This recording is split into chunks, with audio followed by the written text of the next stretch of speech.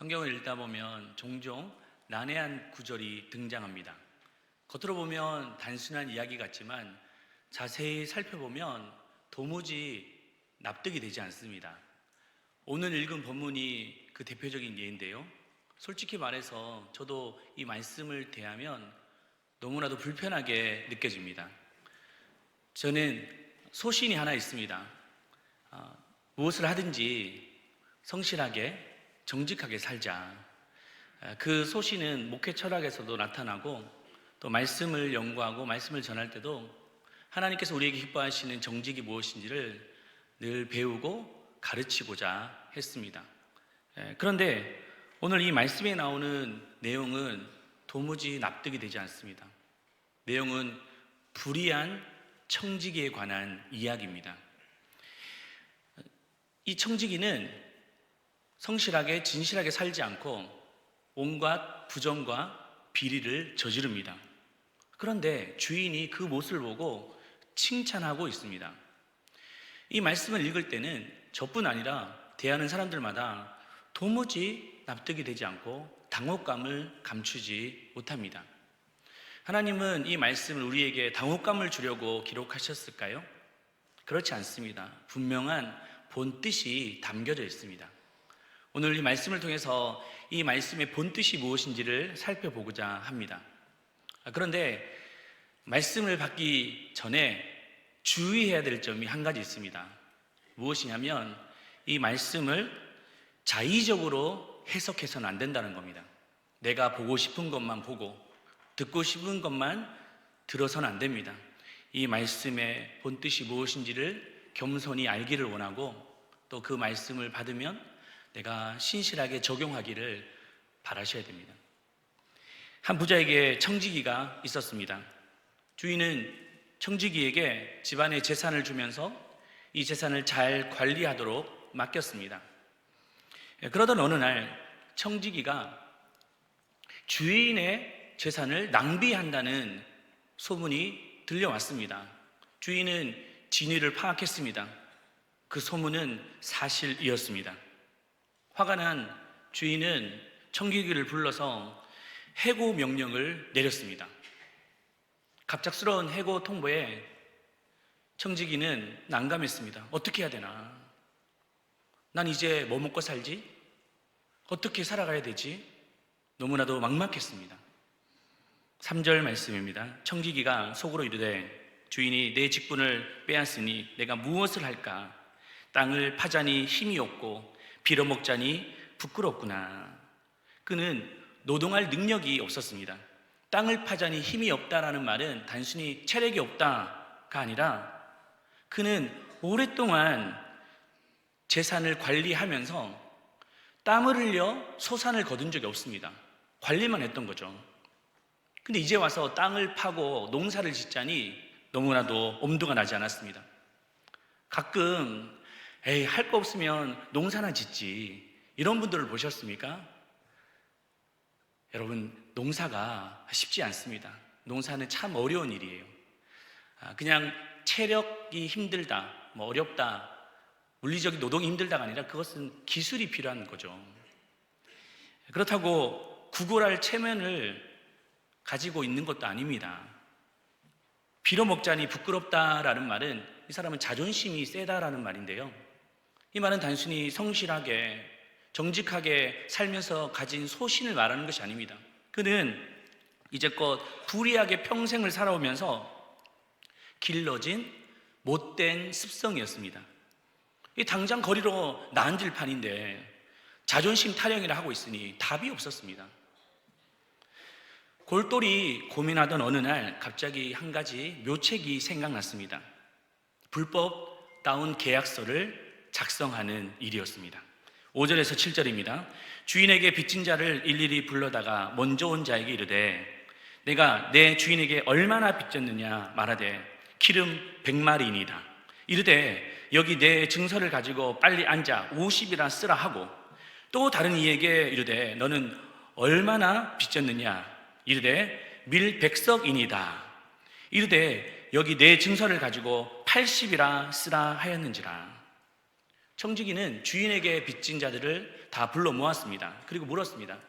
당신은 주인에게 얼마를 빚줬어? 빚진 자가 이렇게 대답했습니다. 저는 기름 100마를 빚졌습니다. 당시 기름 100마는 노동자의 3년치 되는 연봉입니다. 큰 금액이죠. 그럼 이 계약서에 50이라 쓰시오. 또 다른 사람에게 이렇게 묻습니다. 당신은 얼마나 빚졌어? 저는 밀 100석입니다요. 밀 100석은 당시 노동자의 7년 연봉이나 되는 큰 금액이었습니다. 그런데 여기서 80이라 쓰라고 말했습니다. 5분의 1을 깎아주었습니다. 간도 크지 않습니까? 지금까지 불의한 일을 저질렀는데 더 큰 부정을 저지르고 있습니다. 그렇다면 청지기는 왜 이렇게 엄청난 일을 저지르고 있을까요? 이유는 간단합니다. 그가 해고가 된 이후에 도움을 받았던 사람들이 나를 도와줄 거라는 믿음이었습니다. 이 의미를 좀 해석하기 위해서는 당시 팔레스타인의 문화를 좀 아셔야 됩니다. 유대 사회에 보면 상호성의 원리가 있었습니다. 이 상호성의 원리라는 말은 누군가에게 도움을 베풀면 그 도움을 받은 자들이 반드시 도움을 대갚아 줘야 된다라는 문화였습니다. 그래서 불의한 청지기는 계산한 거죠. 내가 이제 곧 쫓겨날 건데 내가 누군가를 도와주면 그들이 나를 도와주게 될 거야 라는 계산이었습니다. 여러분은 어떻게 생각하십니까? 이 행동을 받아들일 수 있습니까?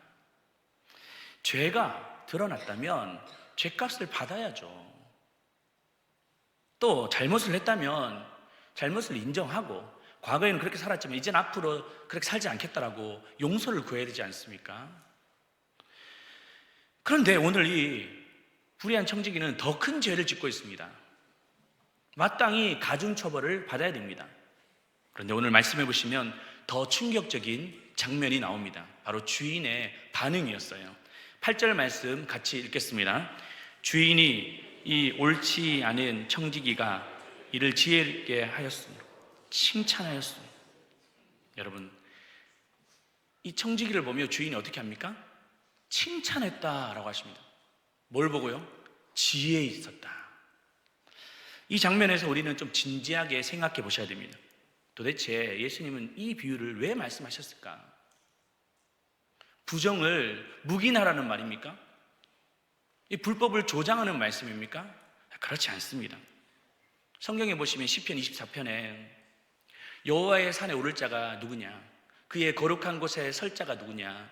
손이 깨끗하고 마음이 청결한 자로다. 신약에 와서도 산상수훈에 보시면 마음이 청결한 자는 복이 있나니 그들이 하나님을 볼 것이요 라고 하셨습니다. 성경은 줄기차게 정직성을 말합니다. 그렇다면 이 비유를 통해서 진짜 주시고자 하는 의도가 무엇일까요? 먼저는 재물보다 사람을 선택하는 지혜를 말합니다. 뭐라고요? 재물보다 사람을 선택하는 지혜. 본문의 핵심은 정직성을 말하는 것이 아니라 미래를 준비하는 지혜의 방점이 있습니다. 불의한 청지기는 내가 이들을 도와주면 이들이 언젠가 나를 도와줄 거야 라고 생각하고 미래를 준비했다는 거죠. 그 미래를 준비할 때 중요한 것은 재물을 선택하는 것이 아니라 사람을 선택했다는 사실입니다. 9절 말씀입니다. 내가 너희에게 말하노니 불의의 재물로 친구를 사귀라. 이 말씀은 우리에게 본질적인 질문을 던지고 있습니다. 돈과 사람 사이에 무엇을 선택할 것이냐? 세상은 온통 돈에 매여 돈에 집착하며 살아갑니다. 돈이 있으면 사람을 부리기도 하는 거예요. 또 사람을 무시하기도 합니다. 돈이 있으면 사람을 이용하기까지 합니다. 그러나 돈이 목적이 되는 사람은 결국 인생이 비참해지는 거예요. 왜냐하면 돈은 영원하지 않습니다. 큰 부자가 죽을 때 그 돈을 다 짊어지고 싸가지고 갑니까? 천만의 말씀이죠. 그런데도 세상은 돈에 집착하고 돈에 매여 살아가는 거예요. 결국 사람도 잃고 인간관계 다 깨지고 신뢰도 잃고 말게 됩니다. 이 얼마나 어리석은 일입니까? 예전에 김동호 목사님이 하신 설교에 이런 설교가 있었습니다. 그분이 한국교회 대표적으로 존경받는 분이시잖아요. 그분이 이제 설교 중에 목회를 오랫동안 해보니까 마지막까지 성도들에게 칭찬과 존경을 받는 분이 있는 반면 마지막에 은퇴할 때 온갖 사람들의 비난을 받는 그런 목회자가 있더라라는 거예요. 근데 그 중심에는 무엇이냐면 다 돈이 있었습니다. 돈에 대한 욕심을 부리고 또 집착하며 어떻게든 더 하나라도 가져가려고 하는 그런 마음 때문에 결국에는 사람들이 다 등지고 만다라는 거예요. 결국 그들은 손에 돈을 움켜쥡니다. 하지만 결국에 사람들은 다 떠나버린다는 거죠. 그래서 김동호 목사님은 이러한 자들의 모습이 이 어리석은 청지기보다 더 어리석다라고 말씀하셨습니다. 여러분, 지혜로운 사람은 절대 돈에 목적을 두지 않습니다. 그들은 사람의 목적을 둡니다. 몇 년 전 이런 뉴스가 있었습니다. 한 할머니가 평생을 악착같이 살아오셨어요. 낮에는 채소를 팔면서 돈을 벌고 또 저녁에는 폐지를 모아다가 팔면서 돈을 모았습니다. 얼마나 악착같이 모았으면 평생 누군가에게 한번 도와준 적도 없었어요. 심지어 자식들에게 쓰는 것도 아까워했습니다. 워낙 인색한 성격 탓이라 사람들이 그 주변에 오지도 않고 자녀들도 다 등을 돌렸습니다. 그러던 어느 날 이 할머니가 그만 세상을 떠나고 말았습니다. 장례가 다 치러지고 청소업체가 와서 그 할머니 방을 치우는데 장판을 걷어냈습니다. 그런데 이 웬걸 장판 밑에 현금 다발이 발견되었습니다. 근데 깜짝 놀랐습니다. 왜냐하면 악취가 가득하고 곰팡이에 썩어서 도저히 쓸 수 없는 돈이 되었기 때문이었습니다. 여러분, 돈은 있다가도 사라지고 없다가도 생기는 겁니다. 그런데 사람은 한번 마음이 돌아서면 쉽게 돌이키기가 힘듭니다. 우리의 시간과 물질은 있다가 언젠간 다 지나가는 것들입니다. 중요한 것은 우리가 그것을 잘 사용해야 되는 거예요. 불이한 재물이지만 사람을 위해 쓴다면 그 사람은 결국 우리의 곁에 남게 될 것입니다.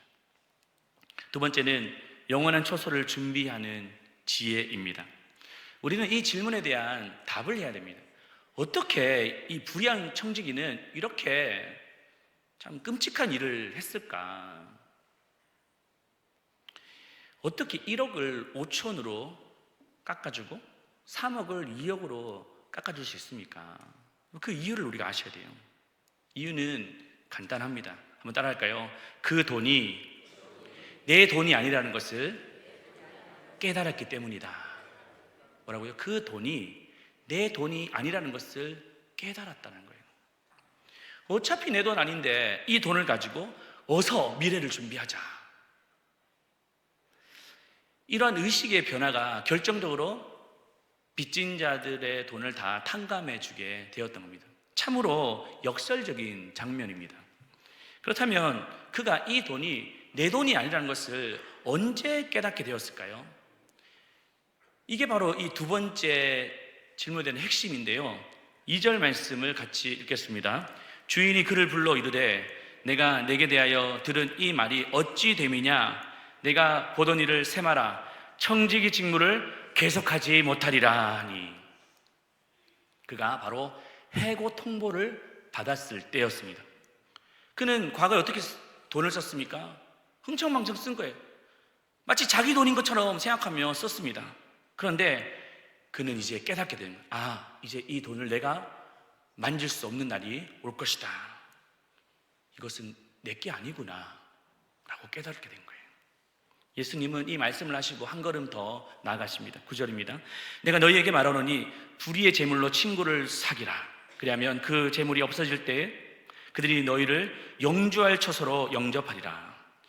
이 비유를 하시면서 예수님은 마지막 죽음의 때를 암시하셨습니다. 제물이 없어질 때라는 말은 죽음을 뜻하고, 영주할 처소라는 것은 어디를 뜻할까요? 천국을 뜻합니다. 다시 말해 예수님은 청지기가 더 이상 제물을 쓸 수 없을 때가 오듯이 너희들의 인생에도 마지막 때가 있다라는 것을 가르쳐 주신 거예요. 그때 그 제물을 가지고 영원한 처소를 준비해라 라고 하신 말씀입니다. 저는 이 말씀을 준비하면서 저희 교회 한 권사님이 생각났습니다. 그 권사님은 지금은 하나님의 품에 가 계십니다. 그 권사님은 살아계실 때 질병으로 인해서 시한부 선고를 받으셨습니다. 하지만 열심히 믿음 생활하고 또 하루하루를 잘 견디며 사셨습니다. 한 번은 권사님이 우리 모든 교역자들에게 식사를 대접하신다는 거예요. 식사로 갔습니다. 식사를 마치고 나오는데 권사님이 모든 교역자들에게 양복 한 벌을 다 선물로 주시는 거예요. 권사님 왜 이러십니까? 권사님도 힘드시고 권사님 건강 챙기셔야죠. 근데 권사님 이런 말씀을 하시는 거예요. 목사님, 천국 가면 하고 싶어도 못 하잖아요.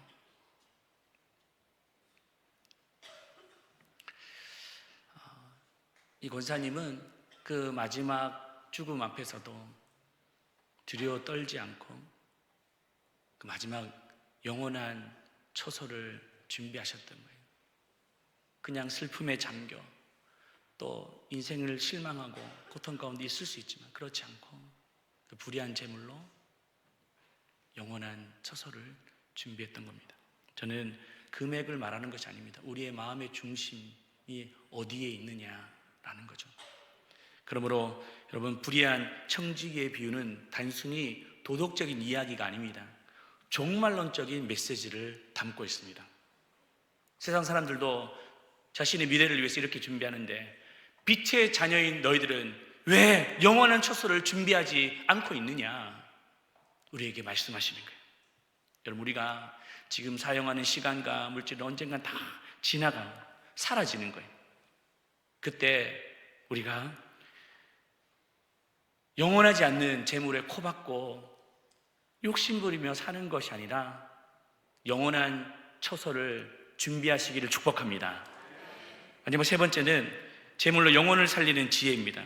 이 의미를 좀 이해하기 위해서는 예수님이 이 말씀을 어떤 배경 속에서 기록했느냐, 이 말씀이 중요한 거예요. 근데 이 말씀을 좀 이해하기 전에는 바로 15장에 있는 배경 속에 나왔다는 것을 아셔야 됩니다. 15장 1절 2절 보시면 이런 말씀이 있습니다. 모든 세리와 죄인들이 말씀을 들으러 가까이 나오니 바리새인과 서기관들이 수군거려 이르되 이 사람이 죄인을 영접하고 음식을 같이 먹는다 하더라. 이 말씀의 배경은 예수님이 세리와 죄인들과 함께 식사하는 그 장면에 있습니다. 그러자 바리새인들이 또 서기관들이 일어나서 온갖 비난을 하는 거예요. 당시 세리와 죄인들은 사회적으로 부정하다고 냉대받고 비난받는 사람들이었습니다. 그러다 보니 예수님에게 좀 책 잡으려고 하고 있는데 딱 걸린 거죠. 당신 부정한 사람 만났어. 왜 만났어? 라는 거죠. 그때 예수님은 그들에게 이 세 가지 비유를 들어서 말씀하십니다. 나중에 집에 가셔서 15장 말씀을 한번 읽어보십시오. 첫 번째는 잃은 양에 관한 비유였습니다. 바리새인과 서기관들에게 너희들 가지고 있는 100마리 양 중에 한 마리 잃어버리면 그 99마리 잠깐 두고 한 마리의 양 찾으러 가지 않느냐. 두 번째 비유, 잃은 드라크마 비유였습니다. 어느 한 여자가 10개의 동전 드라크마가 있는데 하나 잃어버리면 등불을 켜서라도 그 하나를 찾지 않겠느냐. 세 번째, 탕자 비유입니다. 허랑방탕하게 아버지 재산 가지고 갔던 그 아들, 그래도 아버지는 끝까지 그가 돌아오기를 기다리지 않겠느냐라는 메시지죠. 이 말씀의 내용은 하나님은 잃어버린 영혼들을 절대 포기하지 않는다라는 의미가 담겨져 있습니다. 그리고 난 뒤에 이 다음 오늘 읽었던 불의한 청지기에 관한 비유를 하신 거예요. 처음 들으면 다소 뜬금없는 이야기 같습니다. 하지만 의도가 있으십니다. 바리새인들과 그들은 돈과 힘을 가지고 죄인들과 세리들을 무시했습니다. 또 가난한 자들을 보며 억압했습니다. 그런데 예수님은 그들을 보면서 무엇을 말씀하십니까? 그들도 내가 품어야 될 자들이다. 바리새인과 서기관들은 자기는 부정하지 않다고, 자기는 의롭다고, 자신은 아무런 문제 없다고 라고 말하면서 그들은 부정하다고 선을 긋고 갈라치기를 하고 있었던 겁니다. 그래서 예수님은 다른 시각을 보여주신 거예요. 너희들이 지금까지 이 재물을 가지고 잘못된 모습으로 사용했을지라도 이제부터는 영혼을 살리는데 사용해라 라고 하신 메시지가 담겨져 있습니다. 이것이 바로 지혜라는 거예요.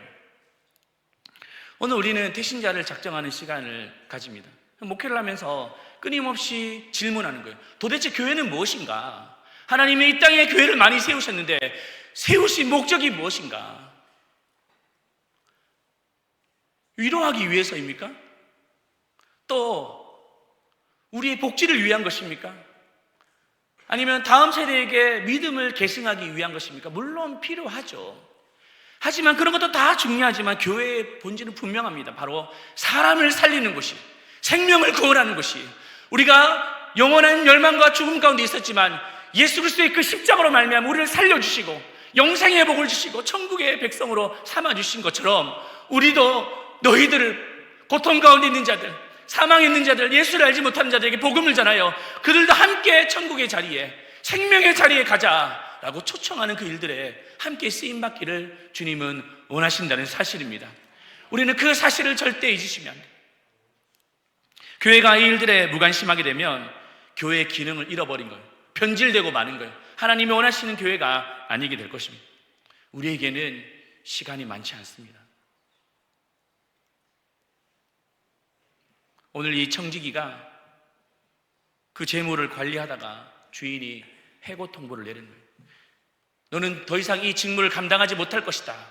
하고 싶어도 할 수 없게 됩니다. 우리의 사명도 마찬가지. 하나님께서 우리에게 허락하신 그 시간 속에만 할 수 있는 거예요. 나중에 돼서 우리 하고 싶어도 할 수가 없는 것이죠. 그래서 우리에게는 시간이 없습니다. 주님 우리에게 지금 말씀하고 계십니다. 시간이 없다. 너에게 가지고 있는 재물과 시간을 무엇을 위해 사용하겠느냐. 한 50대 여성이 자동차를 몰고 한강대교를 지나고 있었습니다. 중간쯤 왔을 때 한 젊은 여성이 난간 곁에서 강을 멍하니 바라보고 있는 거예요. 그 순간 이런 생각이 들었습니다. 혹시 나쁜 생각하는 거 아니야? 하지만 이 50대 여성은 길이 바빴기 때문에 또 할 게 많기 때문에 그냥 지나쳐봤어. 설마 그러겠어. 그런 일 없을 거야. 집에 돌아왔습니다. 이를 보고 집 늦게 왔는데 아직 딸이 오지 않은 거예요. 20대 청년이었습니다. 친구들한테 전화하고 백방으로 알아봐도 연락이 닿지 않았습니다. 그래서 실종 신고를 하고 밤새 꼬박 기다렸습니다. 근데 다음 날에 충격적인 보도를 듣게 되었습니다. 뉴스에 그 시간에 어느 한 젊은 여성이 한강에 투신했다는 거예요. 그 청년이 바로 그 중년 여성의 딸이었습니다. 여러분, 우리에게는 시간이 없습니다.